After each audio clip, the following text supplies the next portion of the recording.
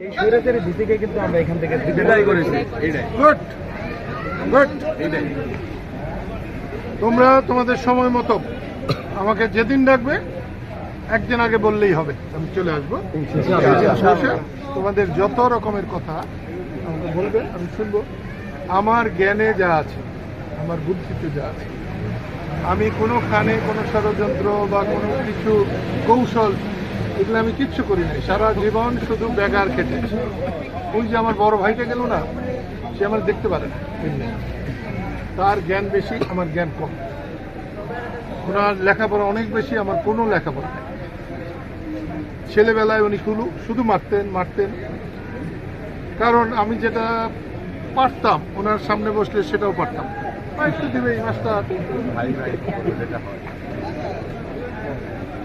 উনি প্রচুর গালি দিয়েছেন, কিন্তু আমি দেখছি প্রত্যেকটা গালি আমার জন্য আশীর্বাদ হয়েছে, প্রত্যেকটা আশীর্বাদ। শেখ হাসিনা আমার যে কি পরিমাণ আমার মানুষই মনে করে। আমি যখন মুক্তিযোদ্ধাদের ভাতা চাইছিলাম সম্মানী, পাগলে কি না বলে ছাগলে কি। আচ্ছা তোমরাই বলো, একটা মানুষকে কেউ ছাগল বানাইতে পারে? আমি ওটাও সহ্য করেছি, বলুক। কিন্তু আমি বারে বারে বলেছি এইভাবে না, যাদেরকে দিয়ে আপনি চালাচ্ছেন এগুলো ছাগলের অধম। ভালো মানুষ দেন, মানুষের সঙ্গে সম্মানের ব্যবহার করেন, তাচ্ছিল্য করবেন না। আমি যে পরশুদিন প্রেসিডেন্ট হাউসে আমি বসছিলাম, আমার বাঁ পাশে 4টা মেয়ে বসেছিল, যারা উপদেষ্টা হয়েছে তোমাদের ছাত্ররা। ওরা দুজন উঠে দিয়ে 4টা মেয়েকে বসতে দিয়েছিল আমার বাঁ পাশে। আমি ভাবলাম যে এইরকম ছোট্ট মেয়েরাও বঙ্গভবনের দরবার হলের প্রথম সিটে বসে, এটা আল্লাহর তরফ থেকে না? ওদের বাড়ি কোথায়, বাবা মা কি করে, ওরা তো বড় লোকের মেয়ে না। সেই জন্য বলছি ছাত্ররাই পারে। আমি 4 তারিখে একটা ইন্টারভিউতে বলেছিলাম যে ছাত্ররা মরে নাই।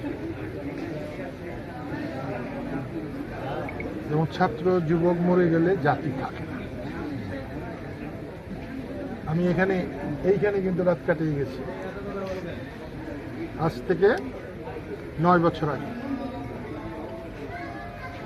আমার দাবি ছিল শেখ হাসিনা আলোচনা করেন, খালেদা জিয়া আপনি হরতাল অবরোধ বন্ধ করেন। কেউ আমার কথা শোনে। খালেদা জিয়াও গেছে, শেখ হাসিনাও গেছে। এবং কয়দিন আগে মনে হইল যে বিএনপি যেন দেশটা নিয়ে গেছে। কিন্তু ছাত্রদের আমি যা দেখছি, ঠিক আছে, ছাত্র দাঁড়াবে, যুবক দাঁড়াবে, সোজা হবে। আজকে হুজুরকে যদি সম্মান না করা হয় তাহলে বাংলাদেশকে করা হবে, বঙ্গবন্ধুকে অস্বীকার করা হলে বাংলাদেশই অস্বীকার করা হয়, মুক্তিযুদ্ধকে যদি অস্বীকার করা হয় তাহলে বাংলাদেশই থাকে না। মুক্তিযুদ্ধ হলে মুক্তিযোদ্ধাদেরকেও সম্মান করতে হবে। কেউ সেই সম্মান করতে কৃপণতা করে নাই, এই রাজনৈতিক নেতারা করেছে সবসময়। আমি আজকে 20 বছর বলতেছি, বাংলাদেশের মানুষ আওয়ামী লীগও চায় না, বিএনপিও চায় না। বাংলাদেশের মানুষ 18 কোটি মানুষ, তারা শান্তি চায়, তাদের পছন্দের চায়। আজকে 3-4টা বার একটা ভোট দিতে পারে নাই। আমার মতো মানুষ নাকি আমি হাঁটছি, একটা নাকে টিপ দিলে এখনো দুধ পড়বে সেই বাচ্চার কাছে, যার বাবা সব ভোট চুরি করছিল আমার। এইরকম মানুষের ইচ্ছার বিরুদ্ধে চললে এক সময় না এক সময় বিস্ফোরণ ঘটেই ঘটে।